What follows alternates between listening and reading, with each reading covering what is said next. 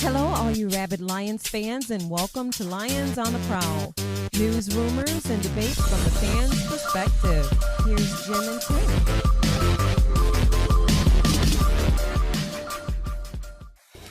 Hello, everybody. Welcome to Lions on the Prowl. My name's Jim. And my name is Maniac Tim. And we're ready for some football talk today.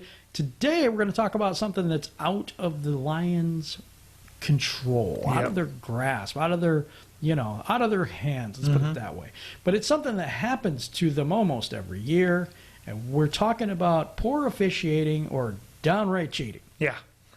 I mean, could be either or. I don't, it just seems when it happens over and over again, it does not seem like poor officiating. And, I know that we get these lovely apologies afterwards.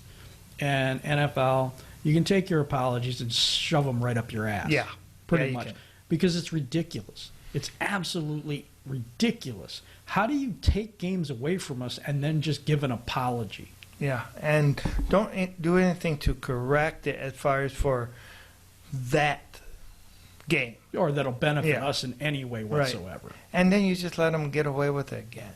I mean, that's what. And again. You go ahead and make a rule change and stuff like that, but then the refs or whatever will go ahead and figure out another way to not follow that rule or call it wrong.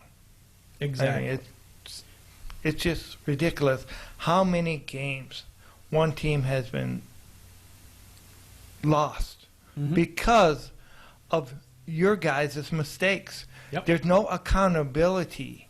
There's no real... See, I think there's accountability, but I don't think it helps us any. Right. They'll go and say, oh, I'm sorry, we screwed you. I'm sorry. That's BS. The reason it's BS is because it doesn't help us. It doesn't get us in the playoffs. It doesn't help us win a division. Detroit Lions were 2-1-1. Yep. When they faced Green Bay last year. So this is the first one we're going to talk about is the hands to the chest call. Face, I'm sorry. Illegal hands to the chest on Trey Flowers. Interesting to note, Trey Flowers, in his 5-year career, until he came to Detroit, had never had an illegal hands to the face penalty. Not once. Not one time. Yet he gets it 2 consecutive times in one game. And that's crazy. And it gave Green Bay first downs. Yes, because we had a sack. And in this game, let me do something here, and I was going to have you talk about the record a little bit. But first things first, Green Bay got 5 first downs in this game from penalties. How many did the Lions get again? 0. Yep. Not 1. 0. Okay. The Lions made field goals instead of touchdowns. We know that.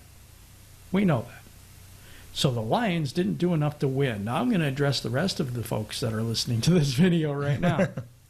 If you think the Lions didn't do enough to win, how come you don't think the Packers didn't do enough to win? Right. How come that the aided Packers, who always seem to get a nice, friendly handshake from the officials every time we frickin' play them, how come they're not the ones that didn't do enough to win? Just think about that for a little while as we go through the video. But see, they knew, the NFL knew that the Packers didn't do enough to win, so they went ahead and gave them a helping hand. They did. Basically, they said, okay, we know you cannot beat this team. Yep. You're kind of embarrassing us, and we need you to win. Yeah. You think Seattle's got a 12th man. Well, you better go up to Green Bay and find out that their 12th man wears white and black stripes. Yeah. And isn't it kind of ironic, though, is that prisoners wear the same colors as the refs do? Yeah, I don't know. I mean, I don't know where they come from, but it's probably not a place I want to be.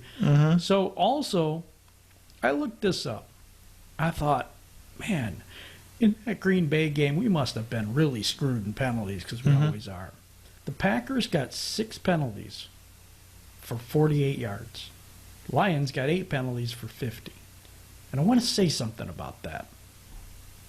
The reason the Lions and Packers numbers are so close is because the officials tend to make up calls later in the game or when it doesn't matter, so that it looks even on the stat sheet, even though when it's really critical, when it's a critical play, not a kickoff or something stupid like that, or a 5-yard penalty for frickin' offsides or something, you know, somebody moved or something, some stupid penalty, right? Where it doesn't really affect the game that much, that's what they'll do. And then they'll get the critical calls on the Lions. And that's how they screw us. That's their methodology. So I'm just letting you know, and I know maybe I'm off the deep end. But as we go through the video, maybe you'll see what I'm talking about. Tim, you had something you wanted to bring up about the record for the Lions versus Green Bay. Okay. Up until that point, now last year the Green Bay Packers did, because of refs, beat us twice. All right. Yep. But before that, in the last 3 seasons, Green Bay had only beaten us 1 time. And that was the Aaron Rodgers face mask debacle. Right. The non-face mask call. Yep. And the Lions had their number. And it's just very ironic. On Monday Night Football, the NFL had their refs step in and change it. Absolutely. I mean, totally agree. And so then, it's a thing where we had swept Green Bay in 2017 and 2018. We split in 2016, and the only reason we lost that game was the time went to 0. The Lions had won, and they called a phantom frickin' face mask penalty, which Green Bay fans swear to this day that he got the face mask, but they have video evidence doesn't show that. Right. So whatever, you know. So technically, the Lions should be undefeated in 2016, 17, 18, and won the first game between Green Bay and Detroit last year. Yeah. And how would that have changed it if we would have beat Green Bay last year? We were 2-1-1. Now Stafford still goes down. There's still going to be problems. But I'm going to tell you, I want to talk a little bit about something called momentum. When the refs screw you like right away, and this takes me back to the Calvin Johnson rule. So we're going to go through that a little bit first. So in the Calvin Johnson game, that was the first game of the season versus the Bears at Soldier Field. Yep. This is an away game versus a divisional opponent. And we have this game won. Yep. Then the refs take it right away. I've never seen in the history of me watching football, which is quite a long time now, a guy who catches the ball, lands on his ass and his hand in the end zone with the ball up in the air, clutched firmly, and that's not a touchdown. Right. Where people, all they have to do is break the plane and then they can drop the ball and no big deal. But because it was on Monday Night Football again, they couldn't let that happen. They couldn't let it happen. Yeah. And so instead of the Lions being 1-0 in the division, instead of the Lions winning a road game, a division road game to start their season, they start off 0-1. Yes. They start off 0-1 in the division. They start off 0-1 for the season. And how does that affect a team that knows they won, that got totally hosed? I mean, it demoralizes a team. Right. So the Calvin Johnson rule, they had to make this a whole new rule, and then the NFL came out later and said, "Yeah, you know what? We think that was a catch." How does that help us? No. How did that help that season? See, the Lions are known as losers. Why? Because a lot of the times we get screwed, and it's not all our fault. Now, we have, I'm not going to say that Matt Millen era and all the other things that we've done stupid. Yep. Right? Okay. I give you that. But when we go to a playoff game, i.e. Dallas, yep, and we get this freaking stupid, that was the dumbest thing. I watched that game. It's like face guarding, right? Yeah. He never touched him. Yeah, he did. Video evidence to show it. Yep. And the thing is, They throw the flag. They announce it to the entire stadium that it's 1st and 10 Lions. Yep. And then the guy's like, oh, wait, we can't do this. Picks up the flag and says there's no flag for it because he was just face guarding, and that's fine. Everything in me wanted to throw something at the TV. I mean, seriously wanted to throw something at the TV. I was so pissed. Why? Because every time a DB didn't look back for the ball and caused, and interfered with the play, it was always interference. Every single time until that call. Right. That's what I've seen. Now, maybe I haven't seen everything, but that's what I saw. So that's another game, playoff game, that we should have been in the NFC Championship that year, and we get hosed. Again. Yep. It's not just, it's the calls that destroy momentum. It's the calls that, that's a third down play. Yeah, it is. The interference call, we get a first down. Yep. It's just mind-boggling how they do this stuff, and we're not done. So that's a playoff game. That's a game on national television. Yep. Right? Green Bay, Monday night debacle. Monday Night Football. Yeah. Guys, Monday Night Football, national TV. Yep. Let's go to another nationally televised game every year. The wonderful Thanksgiving Day game in 2012 with Jim Schwartz. So, Justin Forsett, he clearly video evidence shows he had his knee down. Everyone stops. Yep. He gets back up and mysteriously just runs to the end zone. None of the refs blew the whistle. So they blew the call completely. Yep. They gave them a touchdown. We ended up losing this game in overtime, by the way. It still grinds my gears what happened next. So, the challenge thing is supposed to get the calls right. It was designed, if someone messed up, you challenge it, and guess what? They can look at it and they can make a better decision, get the right call. Not for the Lions. No. Oh, hell no. So not only does he illegally get back up because he's already down, run for touchdowns and the refs allow it, then Jim Schwartz throws the challenge flag. Now, in a weird, obscure rule that made no sense whatsoever, and they implemented this because they were afraid the games were going to take too long. So any time that it was like 2 minutes in or was automatically or 2 minutes left and automatically reviewed, all that stuff, that if you threw the challenge flag, you would get a penalty, and then you would not be able to challenge the call. That it would not be reviewed automatically, which is total nonsense. It's stupid. Because we're trying to get the game right. If that's what this is supposed to be about, right? So, anyway, okay, so we get this call now, right? Did you know? We know there's a Calvin Johnson rule. Did you guys know in 2013 they implemented the Jim Schwartz rule? I don't know if people knew that, but they did. They changed the rule because the rule was asinine. Right. But they didn't change the rule for the Lions. It doesn't help them. At all. What do you think about that game, Tim? It just proves our point. Yeah. It proves that they let things happen. They try to take away games. No, they don't try to take away games. They take away games. They succeed. Yeah, it's. I mean, some can be legit bad calls but why?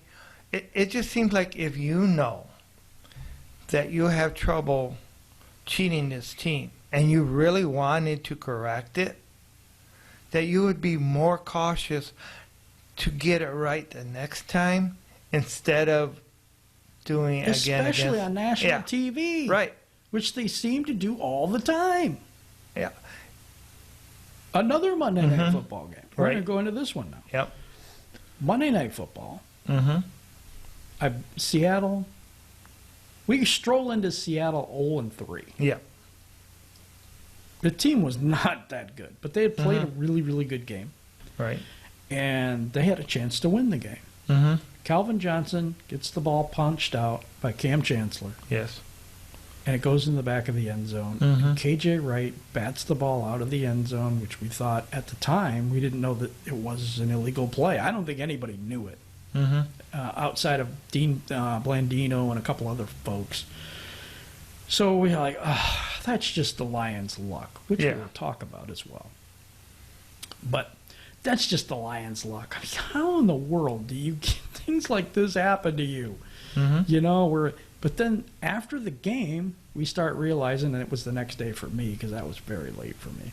Right. But the next day, I'm reading, wait, there's a rule that says you can't bat the ball in the end zone intentionally. And it clearly was intentional. So the Lions should have got the ball at the 1 yard line. Right. And possibly won the game. Now, we know the Lions can screw things up. So I'm Yeah, not saying that yeah. all of these things that we would have won every single game, but at least let us have the opportunity. Yeah. So that was another one. Mhm. We were talking about the Seattle game. How about the 10-second runoff? Oh God. Yeah. Atlanta, Golden Tate gets the pass. I have watched this over and over and over. I believe the point of the ball broke the plane of the goal line. I think it's a touchdown. Now, other people say, no, he didn't get in, whatever. So he doesn't get in. And for some strange reason, because the Lions don't have any timeouts, they run 10 seconds off the clock. The Lions claim there was 11 seconds left, and they would have had 1 second left. But the official said game over. Right. The 10-second rule is, I understand why they have it, but it's kind of ridiculous Right. to me. You know, they would have had one more play, and they might have scored. They might not have. But do you know what the record was before that game? They were undefeated. 3-0. Yes. 3-0, guys. And then you have it taken away. It's Right. demoralizing. It is.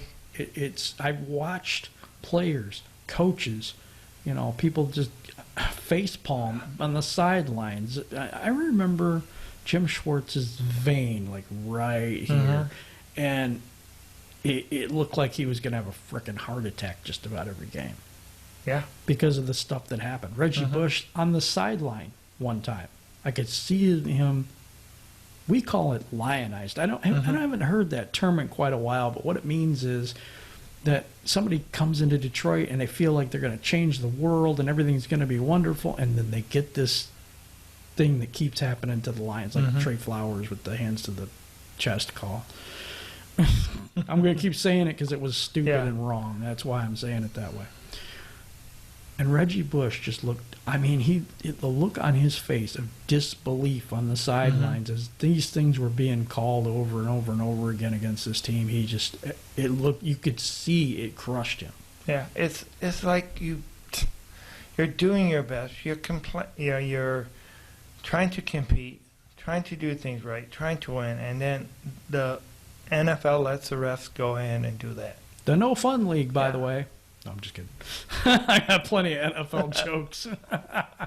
So, also, you know what? There's plenty of these, you know, to go around.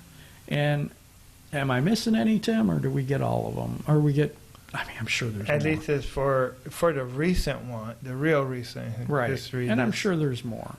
We did cover the Phantom face mask thing a little bit. But I want to talk a little bit about also the other portion of this that comes into it. Detroit Lions luck. Oh, yeah. That's another thing for me as a Lions fan. You just know if they're up. Remember, we were watching the Cardinals game, and you know what? Everybody got this perception. Oh, you're negative and you hate the Lions. Why would I hate them? They're my team. But I know what they do. You know, I just know. So we're up. I can't remember how much in the first quarter. Was it 21-7 or something, or 21-0? I can't remember. It was quite a bit. And I said, they're still not going to win this game. Right. Yeah, I just had that feeling, you know. It just like momentum had started changing in the second quarter for me. You know, I just saw something that I'm like, oh no, because they started going conservative. You could see it. They do this all the time. All the time, it seems like no matter what coach they have and whatever. They try to just protect the lead instead of keeping the foot on the gas and getting the win. No, we don't want to do that here. Take away the killer instinct. No. Right. You got to go ahead and, put that. If you got somebody in a chokehold, you got to keep that chokehold on them. Till they pass out. And especially if your defense isn't that great. Especially if you suck. Yeah. Or so luck, right? Injuries. Oh, God, yeah. It's just... It's a killer for the Lions. And the Lions are a team that if you injure one or two of their players, they just can't recover, it seems like. Now, in the Kansas City game, they didn't have Slay, and they did better. And we started seeing that with Quinn, and we thought they were having more depth until last year, and then that kind of blew up. Because you can't just go through, It go through every one of these running backs, right? I mean, we were finding people off the street basically to come in. You know what I'm saying? It's crazy how many injuries we had at that position last year. I am so glad they addressed the issue of running back, but I'm not real happy with where they took him and who they took. By the way, I hope he does well. I really do. I hope he's better than anybody else in the whole draft, and I'm hoping that he does extremely well for us because I want a running game really bad here in Detroit. But it just seems like we'll pick a first round offensive guard. Yeah. Whatever, Laken Tomlinson. And then he just duds out for us. Yeah. He sucks.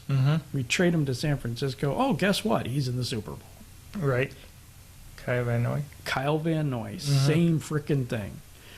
So it's really hard to win when you have all these things coming against you. I want to know from fans and from the people that are in the DSA and people that are watching this video. I want to know, number one, why do the refs hate us so much? Yep. Has anybody got any idea? Because I believe that's real. Second, do you believe it's real? Or do you believe that that's just a coincidence and they just keep hosing us over and over again for, I don't know. It just happens to every team? I know it happens to every team. I do. And it does happen in every sport, too. Yes, especially to the Pistons. Yeah, and shout out to Detroit True, but and JMO. But you know what I'm saying, though? It's just a very ridiculous thing. So that's the couple of questions I was going to ask. Plus, luck. Yeah. You just have the worst luck. We picked the wrong people. It just seems like we had Calvin Johnson, we had Barry Sanders, we had Matthew Stafford, and how many playoff wins did that equal? One. And you still don't. You still can't put a great team around Matthew Stafford. You can't put a great team around any great athlete in the city. Why? So everybody, you know what? Tell us what you think it's going to take for the Lions to win, to win the Super Bowl, to win the division. Luke G wants to win the division this year, and I agree with him. I am putting out a contract for somebody to kill Murphy's Law. Kill Murphy. He has taken up residence at Ford Field. Yeah, because this is ridiculous. I mean, pack his bags out because Murphy's been around Ford Field, the Silverdome, way too long. Way too long. Yeah, I mean, it's just... He's also a Lions hater. Murphy. Murphy's a Lions hater. I don't know who Murphy is, but you know what I'm saying. It just seems like there's so much bad juju or whatever. I don't even know what to say, man. Right. Around this team. And I want to be positive. I do. I want to say, yes, we're going to win the division this year. But in the back of my mind, I'm kind of like, no, they won't. And why is that, folks? Tell us why that is. Right. Why do you think that there's just so much against this team? And it seems like it's been forever and ever and ever. Yeah, and also I want to know, do you think that coaches should be able to complain when and this is for all sports, when officials mess up over and over again? Or is it right for the league to go ahead and fine them? I mean, as long as they do it in a way that's right, as long as they do it in a way that's, that's professional. Right. I mean, you should be able to and how as a fan base, can we bring it to a forefront and embarrass the NFL for, and all Major League Sports, and embarrass them for making wrong calls? That's the only way they're going to start getting them right. I don't know. If they are held accountable by outside source somehow. Yeah. I like what Luke G's been saying, and he's been saying that we need to hold this team accountable. As fans.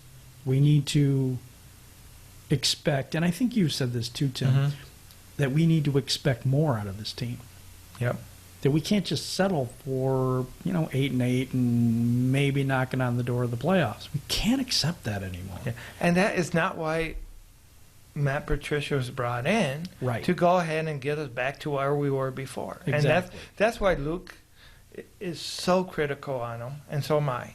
Yeah. Because it just got so, we went so opposite direction and stuff like that from where we were, and it was supposed to be the team was better. Absolutely. Not that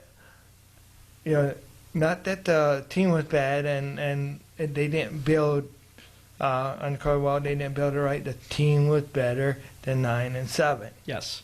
It was not that 9-7 was not good enough. The team was better. So if they're better, then why the hell aren't they better than 6-10? Yeah, or 3-12-1. Yeah.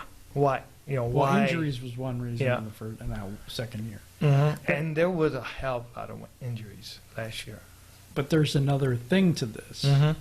Are we as fans complacent with losing? Are we, content to sit by and watch our team get screwed over and over and over again? I think this is a call to arms, guys. I know it sounds crazy. Maybe we start a petition. I don't know what we do. What do we do as fans when our team gets screwed over and over and over again and all we get is a damn apology? And you don't want to hurt the Lions by it. What you want to do is hurt the NFL by it, is what I'm saying. Well, we're not. See, that's the thing. We're not NFL employees. Right. The coach can't say much because he gets fined and all this other bull crap, which I think is the worst rule in the entire world. I really do. Players can't say anything against the refs and all this other stuff. When they have some integrity, then maybe the players should respect them. And until they get that integrity back and call a game fair, I say it's fair game. If you screwed up a call, fine. People screw up. Who cares? But make it right. Yeah. Fix it then. Don't fix it afterwards and give a stupid apology that we don't need. We need change. We really do need change in the officiating department. It costs us almost 2 victories a year. Imagine every year adding 2 victories to the Lions total. I think we would have seen more playoff games. I think we would have been in more NFC championship games, and I think we would have won the NFC North a few times. And I think, and Stafford probably would have had a playoff victory. Yes. It's... But we look at the individual players and we don't look at all the situations surrounding them. But it's a call to arms. How do we fix this? How do we fix this as fans? We speak out. We keep speaking out until someone listens. Yeah. And I am going to, in most of my stuff now, I'm going to try to be more like holding people accountable. Like, the referees, our fans, man. Why are our fans going after each other? Right. This is so ridiculous. We're all rooting for the same team. Why in the world why do we have all this crap, like divided fan base and this and that? We should all be one. Right. We may not agree, and I'm cool with that because everybody sees things differently. And I don't mind a good argument. That's fine too. But it's not personal. Really? Right. It's a game, folks. Yep. At the end of the day, it's a game. So chill, man, for real. Right. Stop drinking the haterade, dude. Yep. All these dislikes and all this thumbs down bullshit. I'm done with that. You know what? I'm not as petty as that, to be quite honest.